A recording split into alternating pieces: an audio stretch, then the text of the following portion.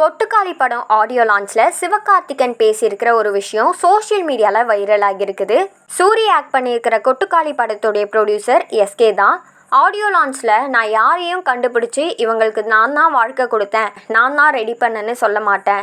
ஏன்னா என்னை அப்படி சொல்லியே பழகிட்டாங்க, நான் தான் வாழ்க்கை கொடுத்தேன்னு.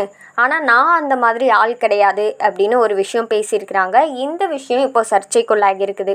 எஸ்கே தன்னுடைய சினிமா ஜேர்னியில் சின்ன திரையில் ஸ்டார்ட் பண்ணி வெள்ளித்திரைக்கு வந்தாங்க. தனுஷ் அவர்கள் எஸ்கேவோட எதிர்நீச்சல் படத்தை ப்ரொடியூஸ் பண்ணியிருந்தாங்க. சிவகார்த்திகேயனுடைய வளர்ச்சிக்கு எதிர்நீச்சல் படம் முக்கியமான படமாக இருந்தது. ஆனால் இந்த படத்தோட போஸ்டர் பார்த்தீங்கன்னா எந்த ஒரு இடத்துலையும் சிவகார்த்திகேயன் நடிக்கும் அப்படின்னு மென்ஷன் பண்ணியிருக்க மாட்டாங்க. அதே மாதிரி தான் காக்கி சட்டை படமும் தனுஷ் அவர்கள் ப்ரொடியூஸ் பண்ணாங்க. அந்த போஸ்டர்லேயும் சிவகார்த்திகேயன் நடிக்கும்னு மென்ஷன் பண்ணியிருக்க மாட்டாங்க. தனுஷோட உதவியால் தான் சிவகார்த்திகேயன் அவர்கள் இவ்வளோ தூரம் வளர்ந்துருக்காங்க.